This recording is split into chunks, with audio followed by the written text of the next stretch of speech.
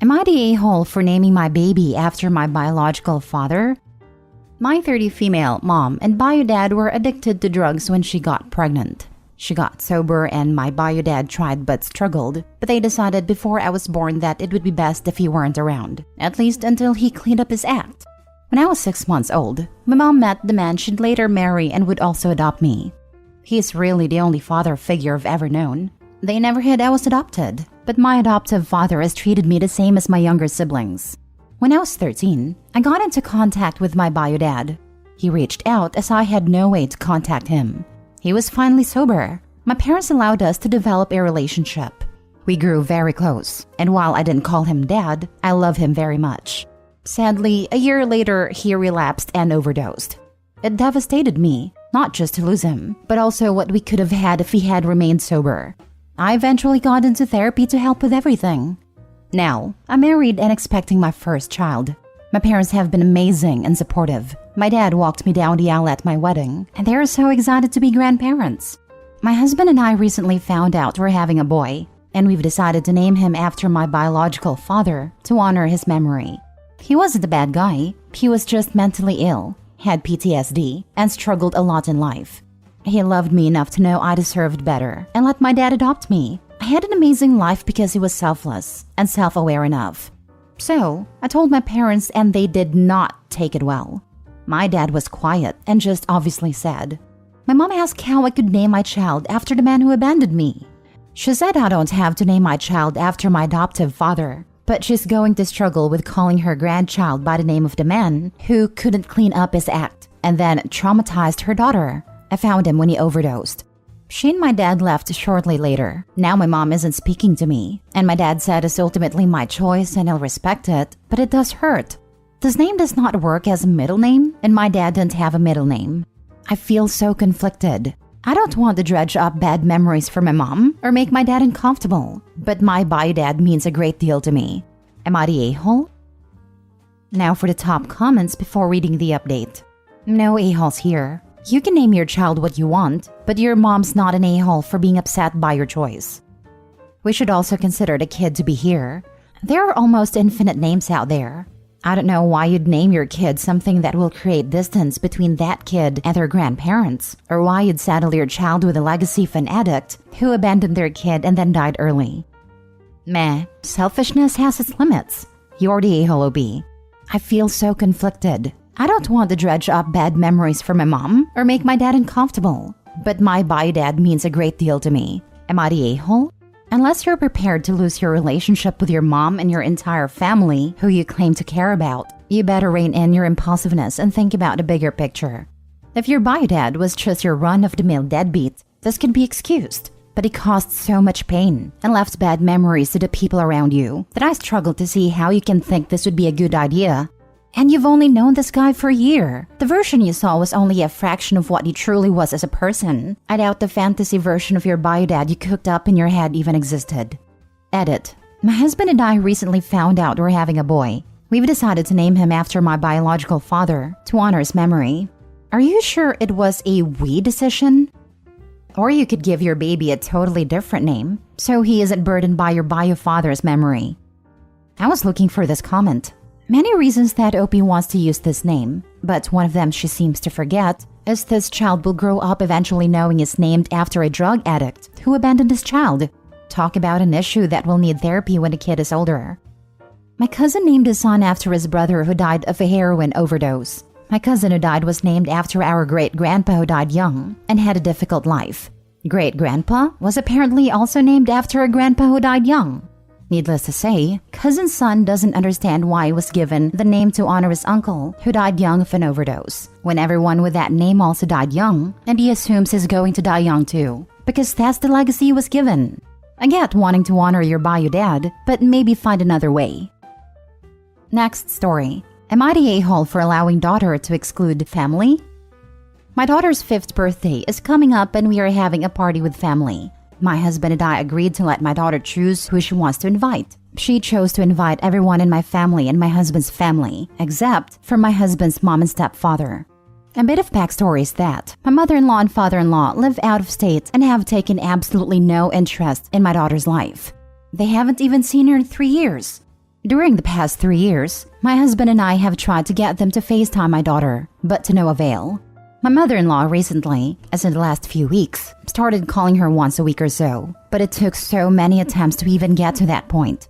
My mother-in-law and father-in-law are both retired, so the lack of effort is certainly not due to a lack of time. They are also financially well off and have taken many trips in the last few years, just not to see us.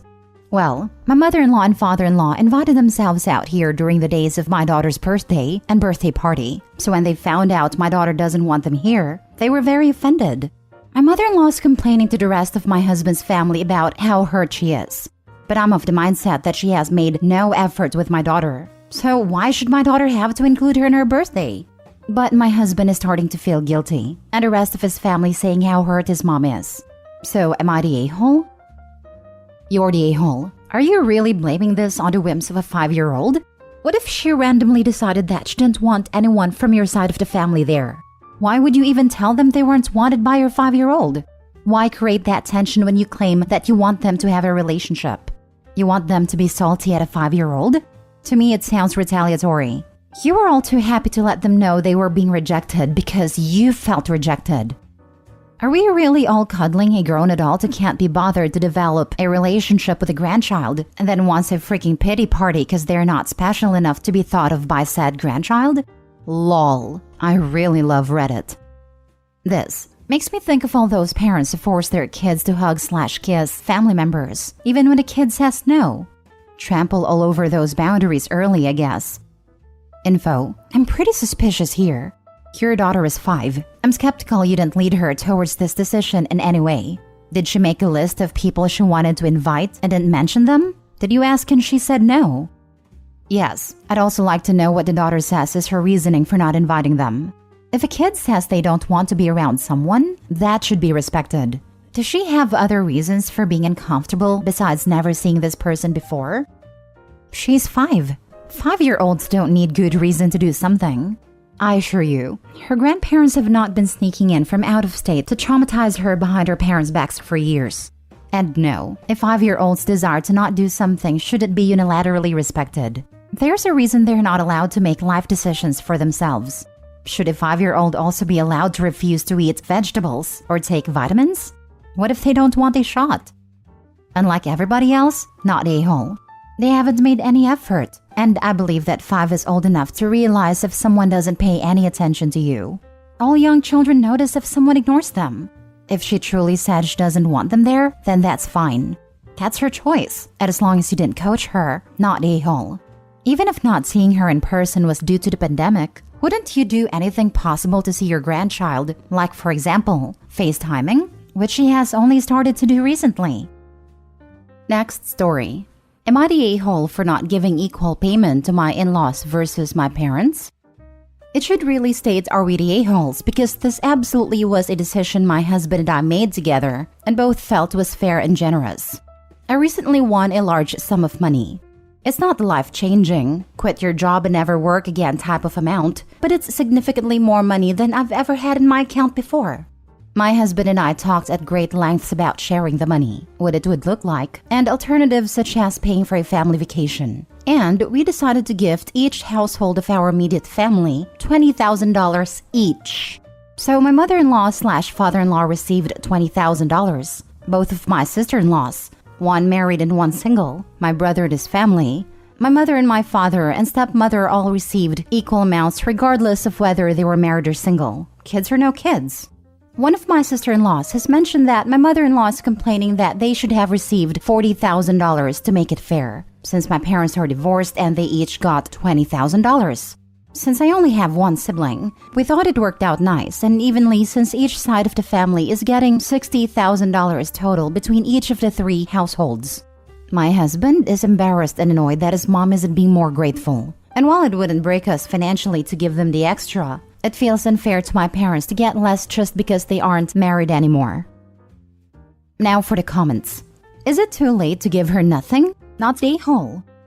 Tell her to want in one hand and crap in the other, and see which fails faster. Tell her she could keep what she got, or she could get it taken away and not have any. You are clearly not the a-holes. The entitlement of people is truly baffling. Sorry, are you one of my parents? Because that phrase wasn't exactly common in our household, but came up from time to time. You have one sibling to give $20,000 to. He has two. As stated, each side of your family, yours and his, received $60,000. Not the a-hole. And your mother-in-law sounds ungrateful. Also, your sister-in-law should have never mentioned she'd said that. It was probably a private mother/daughter convo that wasn't meant to go any further. That's a good point. I never thought maybe it was a private venting that shouldn't have made its way to us. My mother-in-law and sister-in-law are notorious for sharing each other's venting to my husband, and then he starts bending over backwards to solve it. But nobody ever tells him anything directly.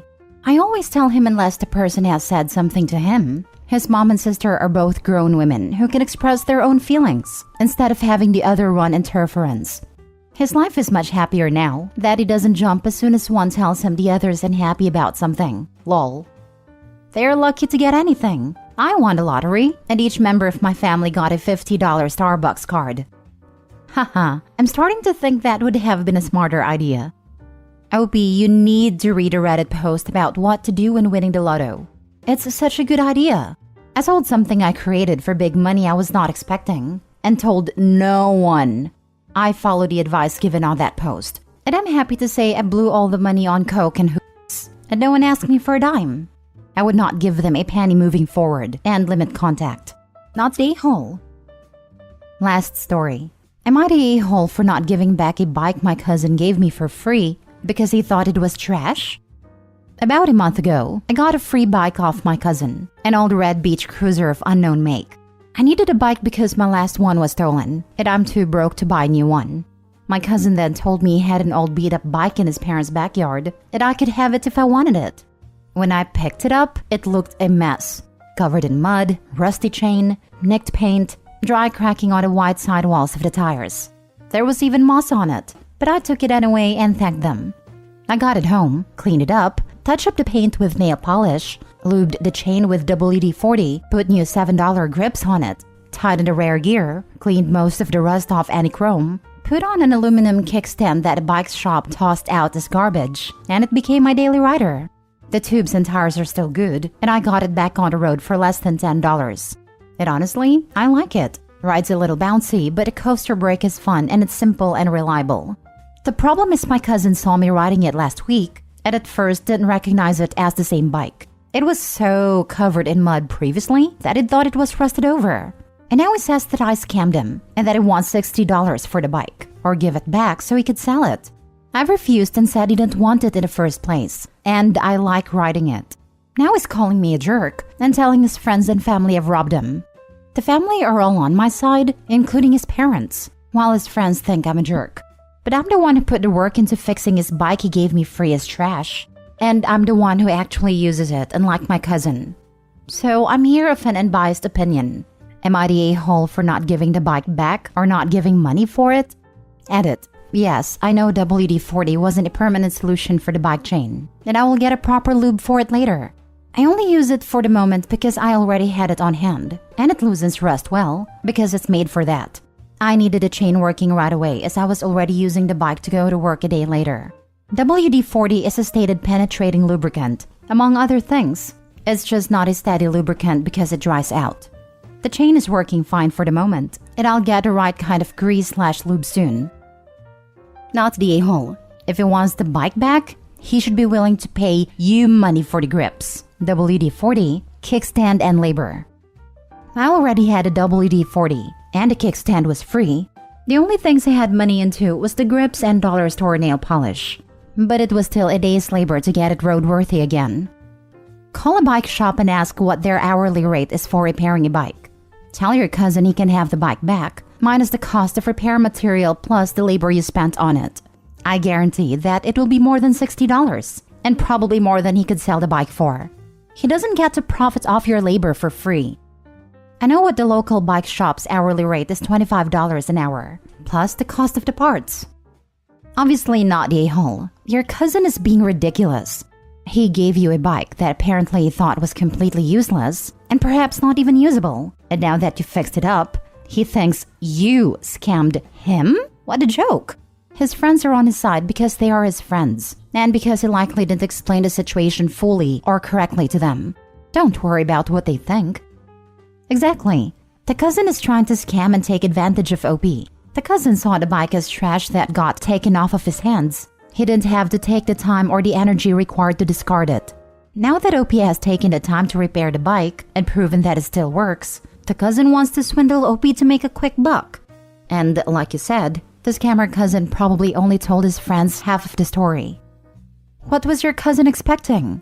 That you were going to ride it still covered in moss and dirt? I was expecting the story to turn into the bike being a special edition that was worth a fortune. Wonder what your cousin has told his friends to make them on his side. As far as I can tell, the bike is nothing special, nor is it vintage. Maybe it is worth $60 in its current condition, because some people seem to want a fair amount for used beach cruiser. But it was basically worthless when I got it.